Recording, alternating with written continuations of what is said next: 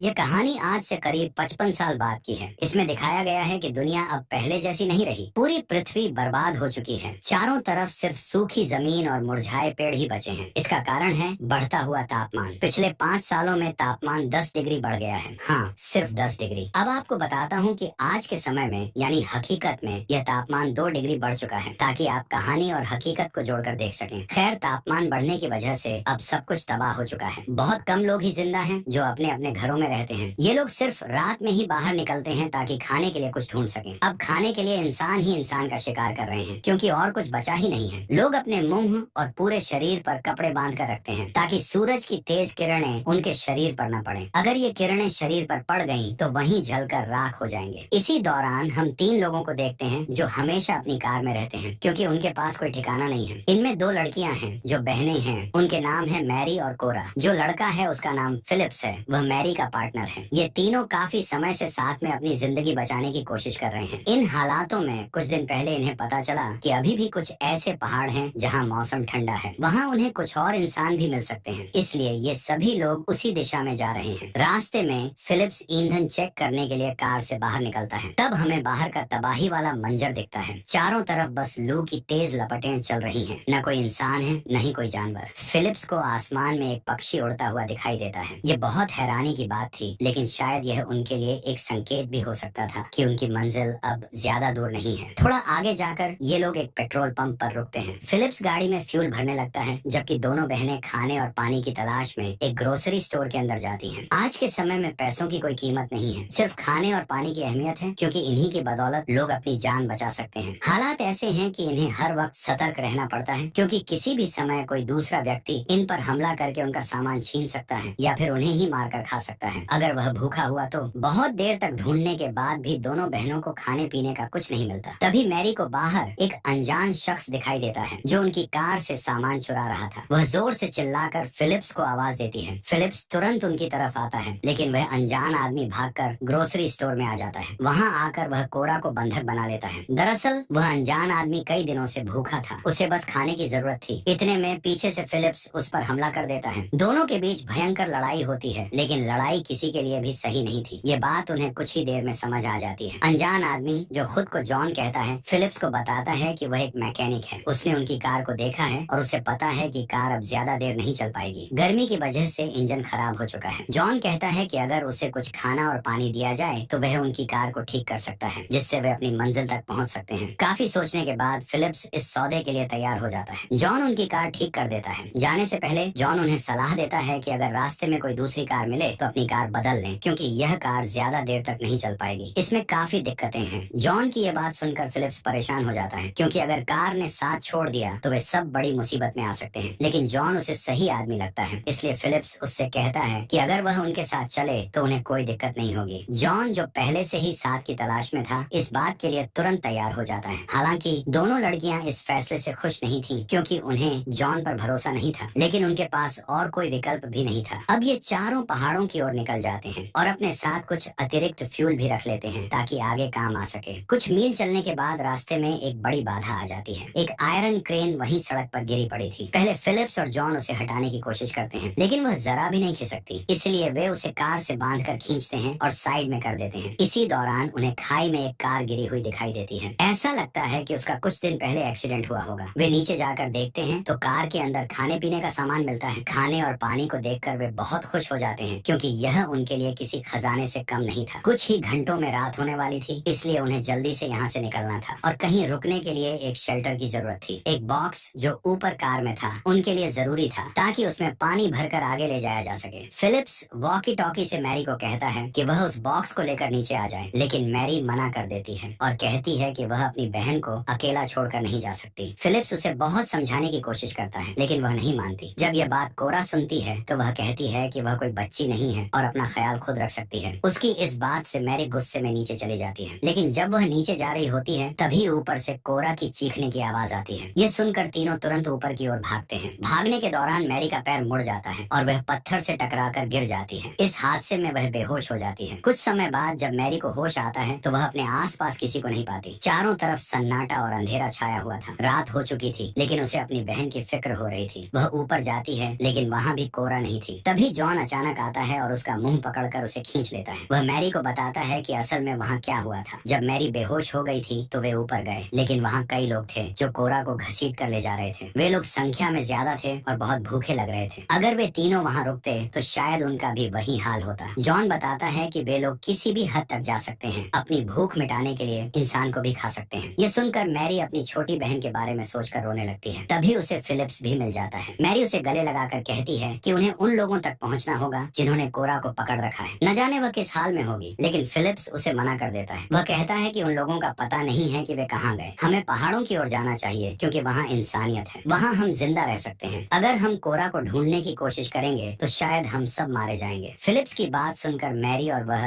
दोनों बहस करने लगते हैं। मैरी अपनी बहन को लिए बिना कहीं जाने के लिए तैयार नहीं थी, चाहे कुछ भी हो जाए। इस बीच जॉन वहाँ लगे एक ऊंचे टावर पर चढ़कर चारों ओर नजर डालता है। उसे जंगल के बीच से धुआं उठता हुआ देखता है। वह कहता है, शायद वे लोग वही हैं, तुम्हारी बहन भी वही होगी। जॉन की बात सुनकर मैरी खुश हो जाती है और तीनों तुरंत उस जगह की ओर निकल पड़ते हैं। जब वे वहाँ पहुँचते हैं तो देखते हैं कि कई लोग वहाँ इकट्ठा हैं। उन्होंने कोरा को जंजीरों से बांध कर रखा हुआ है। वहाँ आग जल रही थी और वे लोग शराब पी रहे थे। कुछ लोग कोरा को मार भी रहे थे। ये दृश्य मैरी से देखा नहीं जा रहा था, लेकिन अब क्या किया जाए। तभी जॉन उन्हें एक योजना बताता है। वह कहता है, मैं वहाँ जाकर धमाका करूंगा, इससे उनका ध्यान भटक जाएगा। तब तुम लोग कोरा को वहाँ से निकाल सकते हो। मैरी, तुम कार को तैयार रखना। ये योजना उन्हें सही लगती है, इसलिए मैरी और फिलिप्स कार के पास जाकर तैयार हो जाते हैं। मैरी कार स्टार्ट करने की कोशिश कर रही थी कि तभी वहाँ उस ग्रुप का एक आदमी आ जाता है। वह मैरी को देखने ही वाला था कि तभी जॉन धमाका कर देता है। उसका काम पूरा हो जाता है, लेकिन फिलिप्स डरपोक साबित होता है। वह कोरा को बचाने नहीं जाता, बल्कि भागकर वापस कार में आकर बैठ जाता है। फिलिप्स मैरी से कहता है, जल्दी कार भगाओ, ये लोग बहुत खतरनाक हैं, वे हमें मार डालेंगे। लेकिन मैरी अपनी बहन को मरने के लिए छोड़ने को तैयार नहीं थी। इस पर फिलिप्स को गुस्सा आ जाता है। इसी बीच वे देखते हैं कि सभी लोग उनकी ओर आ रहे हैं। अब मैरी के पास कोई और चारा नहीं बचता, उसे कार को वहाँ से ले जाना ही पड़ता है। जाते समय एक आदमी उनकी कार पर हमला कर देता है, जिससे फिलिप्स के पैर में चोट लग जाती है। फिर भी वे किसी तरह वहाँ से निकलने में कामयाब हो जाते हैं। कुछ दूर जाने के बाद मैरी एक बड़ा फैसला करती है। वह कहती है कि वह अपनी बहन को ऐसे नहीं छोड़ सकती, वह वापस जाएगी। ये सुनकर फिलिप्स नाराज और निराश हो जाता है, लेकिन मैरी का इरादा पक्का था। आखिरकार दोनों अलग अलग रास्ते पर चले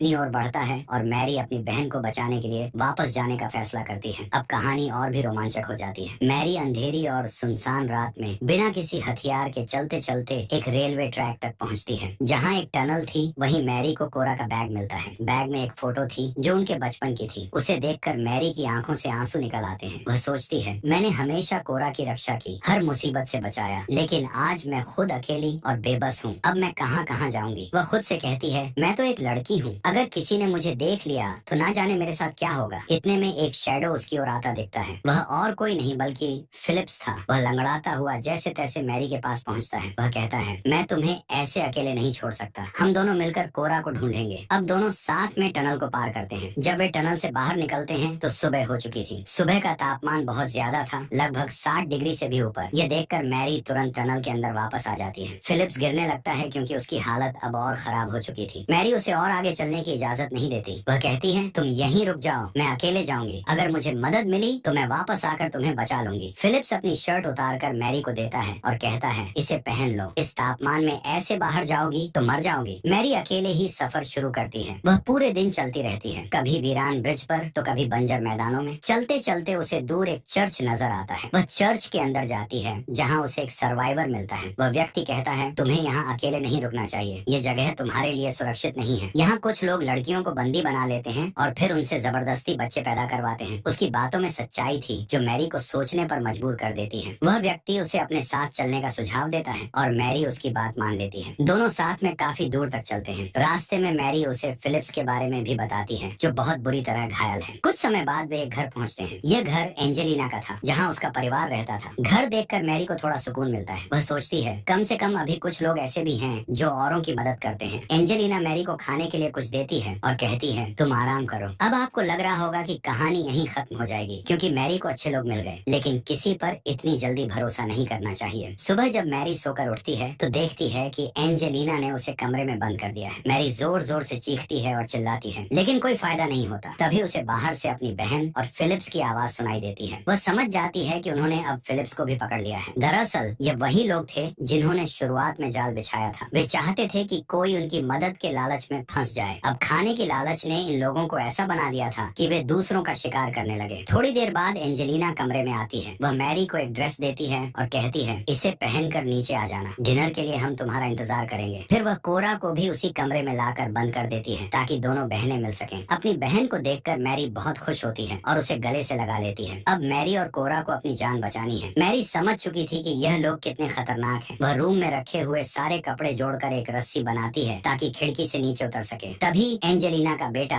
वहाँ आ जाता है और उन्हें देख लेता है। मैरी उसकी नजरें हटाने के लिए उसे बहलाने लगती है। वह उसके साथ इंटीमेट होने का नाटक करती है। यह देखकर एंजेलिना का बेटा पूरी तरह से मग्न हो जाता है और समझ नहीं पाता कि असल में क्या हो रहा है। तभी पीछे से कोरा उसके सिर पर वार करती है जिससे वह बेहोश हो जाता है। मैरी तुरंत कोरा को रस्सी के सहारे नीचे भेज देती है और कहती है, जंगल की ओर भागते रहना और कभी पीछे मत देखना। लेकिन मैरी खुद वहाँ से नहीं भागती। वह वही ड्रेस पहनकर नीचे जाती है। एंजेलिना उसे देखकर सोचती है कि मैरी ने अब उसके साथ रहने का फैसला कर लिया है। एंजेलिना अपने पूरे परिवार से मैरी का परिचय करवाती है। वे सब मिलकर खाने की मेज पर बैठते हैं। लेकिन मैरी देखती है कि उनकी प्लेट में जो मांस रखा है वह इंसानी मांस है। यह देखकर मैरी की भूख मर जाती है। वह अपनी प्लेट फेंक देती है और वहाँ से भागने की कोशिश करती है। तभी एंजेलिना का बेटा होश में आ जाता है। उसे सच्चाई का पता होता है, इसीलिए वह मैरी को पकड़ लेता है। वह पहले मैरी को बहुत मारता है, फिर उसे घसीटते हुए एक रूम में बंद कर देता है। उस रूम में मैरी फिलिप्स को देखती है। फिलिप्स का शरीर आधा बचा हुआ था क्योंकि आधा मांस इस परिवार ने खा लिया था। फिलिप्स की ऐसी हालत देखकर मैरी डर जाती है, लेकिन वह अपनी होशियारी से काम लेती है। डिनर टेबल से उसने पहले ही एक चाकू चुरा लिया था। उसी चाकू से वह अपनी रस्सियां काट लेती है और भाग जाती है। भागते भागते वह एक दूसरे रूम में जाती है। उस रूम का नजारा देखकर उसके होश उड़ जाते हैं। वह रूम परिवार का स्टोर रूम था जहाँ उन्होंने इंसानों को बंद कर रखा था। इन लोगों को वे समय आने पर मारकर खाते थे। वहीं मैरी को जॉन भी मिलता है। वह गेट खोल देती है जिससे सारे बंदी बाहर भागने लगते हैं। लेकिन बाहर का तापमान बहुत अधिक था। कड़ी धूप में सबका शरीर जलने लगता है। जिनके शरीर पर कपड़े नहीं थे वे तेज धूप में तुरंत जलकर मर गए। लेकिन जो लोग किसी तरह खुद को ढक पाए थे वे बच गए और जंगल की ओर भाग गए। इसी बीच मैरी देखती है कि एंजेलिना और उसके बेटे ने फिर से उसकी बहन को पकड़ लिया। तभी एंजेलिना